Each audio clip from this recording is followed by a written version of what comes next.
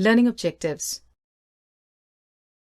At the end of this topic, you will be able to recall the importance of carbon compounds, analyze the nature of bonding in carbon covalent bond, describe bonding in alkanes, explain the versatile nature of carbon, identify homologous series and functional group.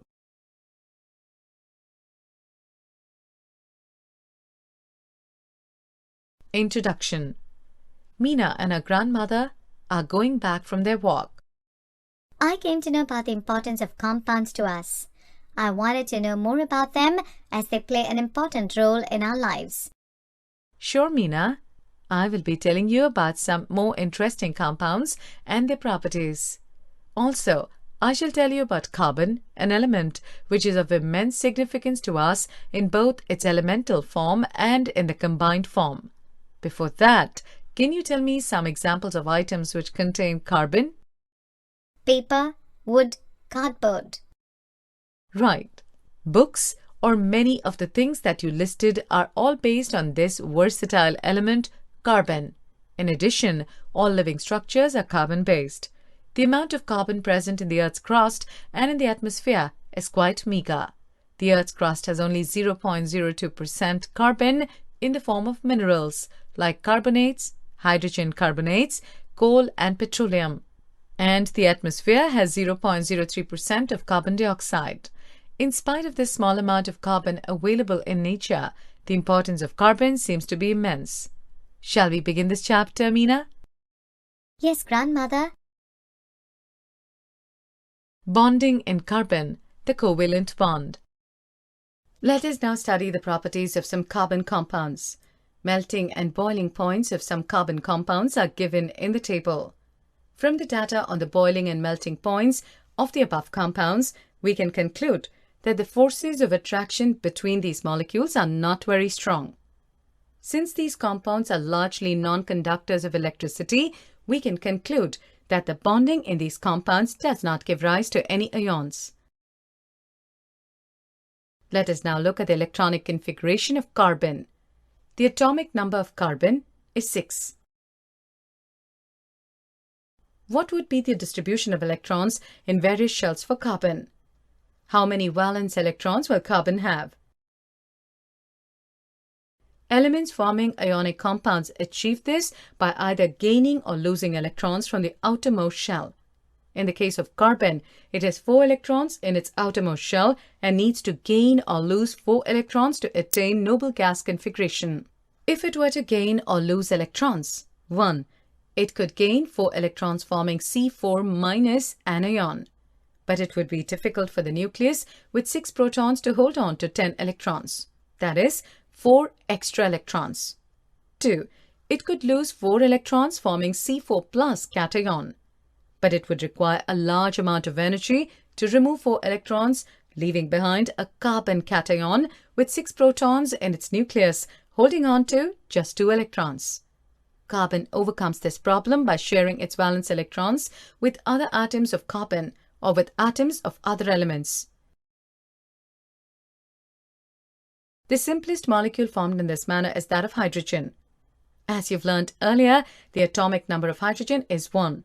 Hence, hydrogen has 1 electron in its K shell, and it requires 1 more electron to fill the K shell. So, 2 hydrogen atoms share their electrons to form a molecule of hydrogen H2. This allows each hydrogen atom to attain the electronic configuration of the nearest noble gas, helium, which has 2 electrons in its K shell. We can depict this by using dots or crosses to represent valence electrons. The shared pair of electrons is said to constitute a single bond between the 2 hydrogen atoms. A single bond is also represented by a line between the 2 atoms. In the case of oxygen, we see the formation of a double bond between 2 oxygen atoms. This is because an atom of oxygen has 6 electrons in its L shell. The atomic number of oxygen is 8, and it requires 2 more electrons to complete its octet. So, each atom of oxygen shares 2 electrons with another atom of oxygen to give us the structure shown. The 2 electrons contributed by each oxygen atom give rise to two shared pairs of electrons. This is said to constitute a double bond between the two atoms. Nitrogen has the atomic number 7. In order to attain an octet, each nitrogen atom in a molecule of nitrogen contributes 3 electrons, giving rise to 3 shared pairs of electrons. This is said to constitute a triple bond between the two atoms. Let's now take a look at methane, which is a compound of carbon.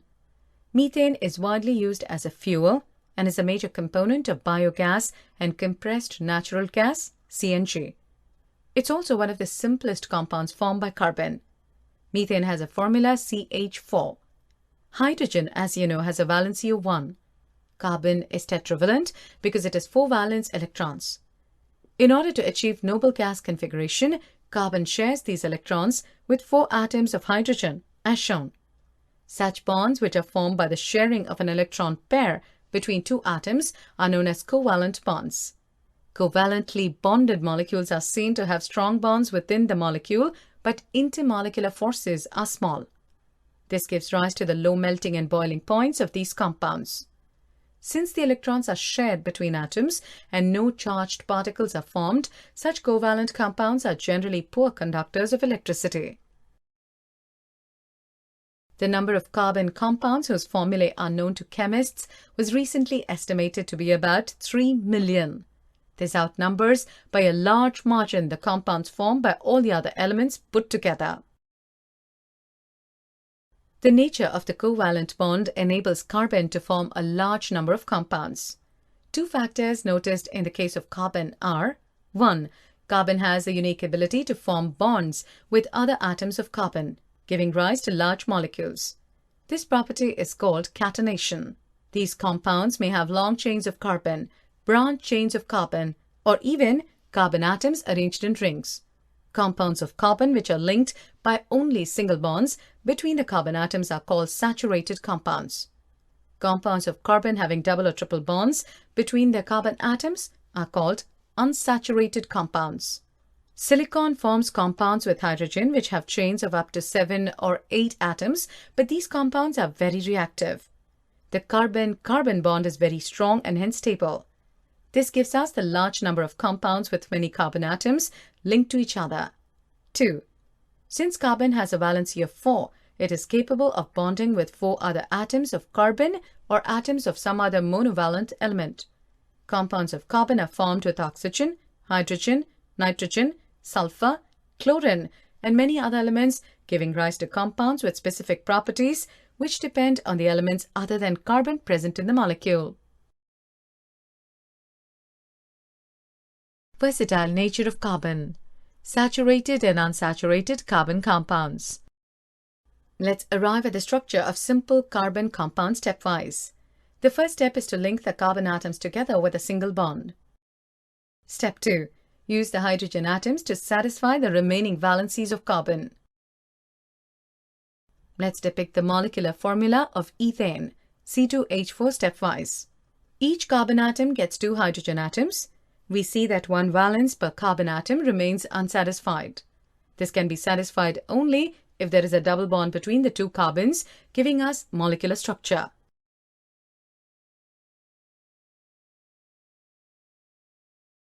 Chains, branches, and rings.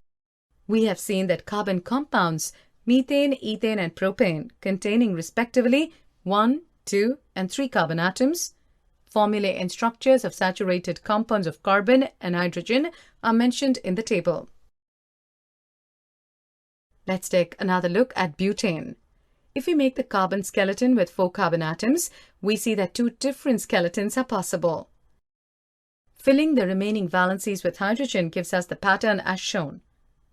We see both these structures have the same formula, C4H10. Such compounds with identical molecular formula but different structures are called structural isomers.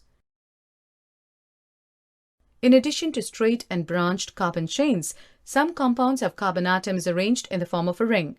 For example, cyclohexane has the formula C6H12 and the structure shown. Straight chain, branch chain, and cyclic carbon compounds all may be saturated or unsaturated, For example, benzene C6H6 has the structure as shown.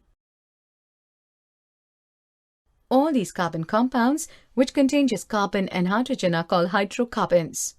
Among these, the saturated hydrocarbons are called alkanes. The unsaturated hydrocarbons which contain one or more double bonds are called alkenes. Those containing one or more triple bonds are called alkynes.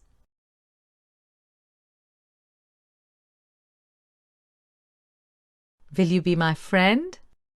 Carbon forms bonds with other elements such as halogens, oxygen, nitrogen, and sulfur. In a hydrocarbon chain, one or more hydrogen can be replaced by these elements such that the valency of carbon remains satisfied. In such compounds, the element replacing hydrogen is referred to as the heteroatom. These heteroatoms are also present in some groups as given in the table. These heteroatoms and the group containing these confer specific properties to the compound, regardless of the length and nature of the carbon chain, and hence are called functional groups. Some important functional groups are given in the table.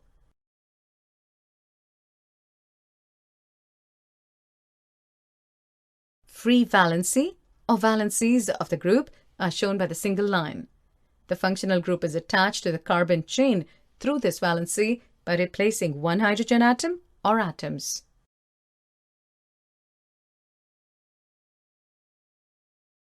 Homologous series. Hydrogen atom or atoms on these carbon chains can be replaced by any of the functional groups. The presence of a functional group such as alcohol dictates the properties of the carbon compound regardless of the length of the carbon chain. For example, the chemical properties of CH3OH, C2H5OH, C3H7OH, and C4H9OH are all very similar. Hence, such a series of compounds in which the same functional group substitutes for hydrogen in a carbon chain is called a homologous series. We can observe as the molecular mass increases in any homologous series, a gradation in physical properties is seen. This is because the melting and boiling points increase with increasing molecular mass. Other physical properties, such as solubility in a particular solvent, also show a similar gradation. But the chemical properties, which are determined solely by the functional group, remain similar in homologous series. Nomenclature of carbon compounds. The names of compounds in a homologous series are based on the name of the basic carbon chain, modified by a prefix, phrase before, or suffix, phrase after, indicating the nature of the functional group. Naming a carbon compound can be done by the following method. 1. Identify the number of carbon atoms in the compound. A compound having 3 carbon atoms would have the name propane. 2. In case a functional group is present, it is indicated in the name of the compound with either a prefix or a suffix. 3. If the name of the functional group is to be given as a suffix, the name of the carbon chain is modified by deleting the final E and adding the appropriate suffix. For example, a 3-carbon chain with a ketone group would be named in the following manner. Propane minus E is equal to propan plus 1. That's equal to propanone. If the carbon chain is unsaturated, then the final ane in the name of the carbon chain is substituted by ene or yne as given. For example, a 3-carbon chain with a double bond would be called propene, and if it has a triple bond, it would be called propyne. Let's look at the nomenclature of the functional groups.